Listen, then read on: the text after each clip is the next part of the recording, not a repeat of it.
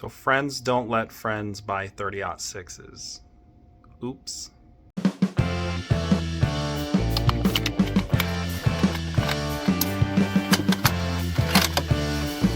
Send it.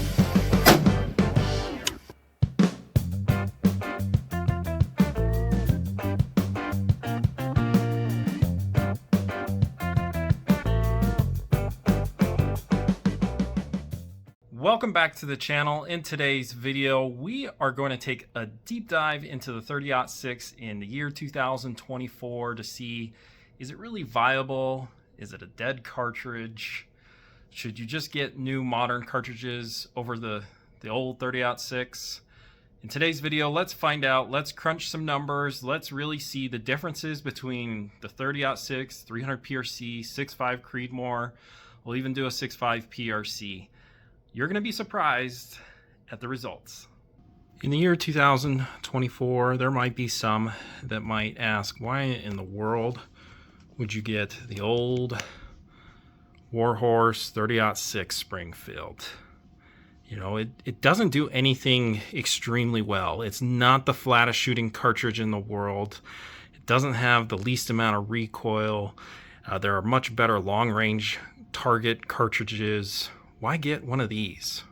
Well, there's a simple answer to this. The 30-06 Springfield is the most versatile cartridge in the world.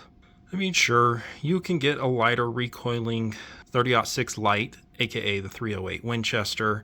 They are accurate, they are lighter recoiling, they just work.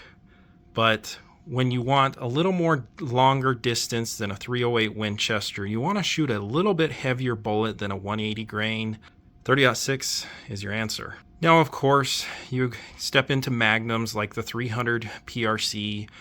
You're going to be able to really extend your distance. You're going to be able to shoot the highest BC bullets, but it comes at a cost. You have a lot more recoil in a 300 PRC. You also have half the barrel life in a 300 PRC. The 300 PRC is really an awesome cartridge. It is designed for long range. It is a powerhouse. It comes very close to 300 Weatherby performance. The only thing really holding this back to becoming the 30 caliber Magnum is the lack of factory ammo. Now, this cartridge is still somewhat new. It's only 6 years old. It came out in 2018. So far, your factory ammo options really stink. Yes, they're getting better every year, but as of 2024, your options are very limited. And especially when it comes to Hornady, you have a 212 ELDX, and the other ammo is that outfitter ammo that, well, let's just say, I'm not sure there's any gun that likes it. I don't know, maybe 5 rifles out there might like it. Who knows? The other problem with the 300 PRC, and this is only a problem for some, is if you are trying to recommend a 300 PRC to a brand new shooter, you're going to develop a flinch for them. This thing is not light recoiling whatsoever. Like I said, this thing comes very close to matching 300 Weatherby, and well, the 300 Weatherby is known as a kicking mule. In contrast with 30-06, obviously has much less recoil, but more specifically, with how old this cartridge is, there are so many ammo options. And you know what? The ammo options are getting better and better.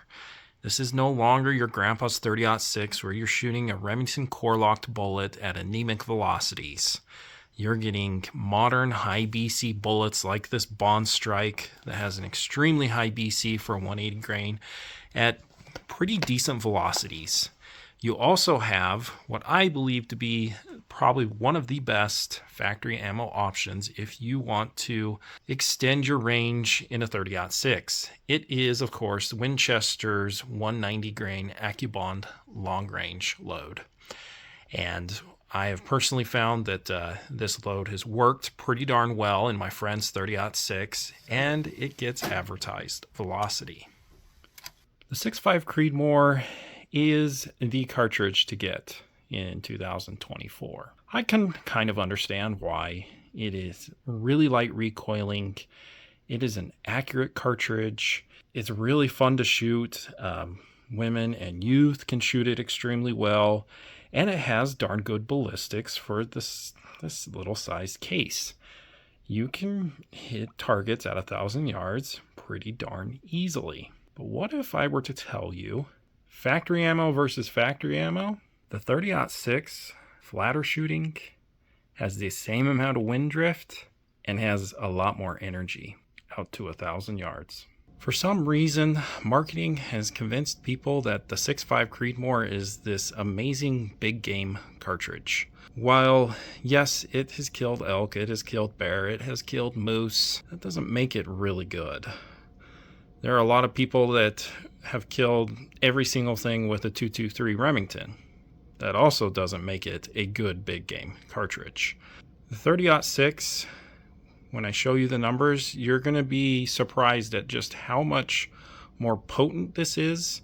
You're shooting much bigger bullets at almost the same BC. This thing is just much better suited for game bigger than deer.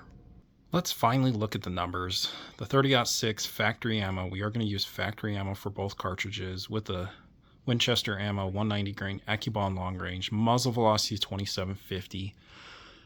Muzzle energy 3191 foot-pounds at 500 yards, 2,043 feet per second, still plenty fast enough for the bullet to expand. And for those that do like to look at the energy, 1,761 foot-pounds. And this is going to be in mils. It's 2.91 mils at 500. And with a 10 mile per hour wind, 0.86 mil adjustment at 500. Out to 1,000 yards. Bullets going 1,465 feet per second. Yeah, this is not a long distance hunting cartridge. 906 foot-pounds of energy. Again, not great. 8.89 mils in drop. And then wind adjustment, 2.01 mils. Now for the 6.5 Creedmoor, we are going to use the Precision Hunter Ammo 143 grain ELDX. We're doing a muzzle velocity of 2,700 feet per second, energy 2,315 foot-pounds. Out to 500 yards, the bullet is going 2,030 feet per second. So the 30-06 still beating it in velocity at 500.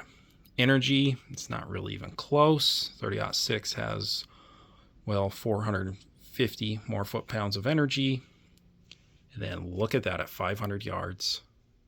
The 30-06 is actually flatter, barely. 3 mils.